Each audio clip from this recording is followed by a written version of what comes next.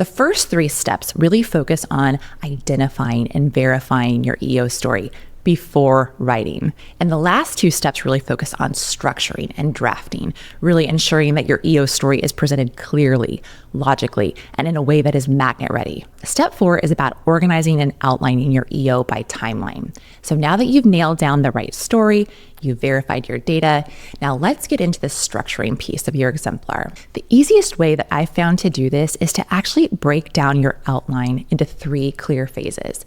So I always start my outline with pre-intervention, intervention, and post-intervention. In the pre-intervention section, I already have my data mapped out from step 3. Now I start filling in background details to really explain, why this was an issue in the first place. Who identified the problem, and why was this outcome really important to focus on? Then in the intervention section, I start to document exactly what actions were taken to address the problem. This is where that you will make sure that you highlight, again, who was involved, what they did, when they did it, and then make sure that you really show how evidence-based practice played a role in all of that.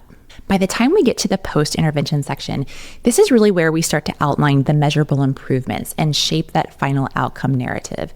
And I'll usually keep this section pretty concise, but the questions that I'll look to answer is, of course, what were the results? What were the clear measurable improvements? Did the data meet or exceed expectations?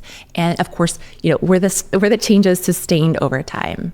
Now let's talk about step 5. This is where we're gonna pull it all together. So now it's time for you to really start drafting up your EO exemplar using the specific structure outlined in the ANCC Magnet Application Manual. For now, my advice is 1, stick to that magnet framework. It is there and it is designed to guide you, so follow it exactly. Number 2, use active outcome-driven language. So clearly show who did what and how it led to measurable improvements.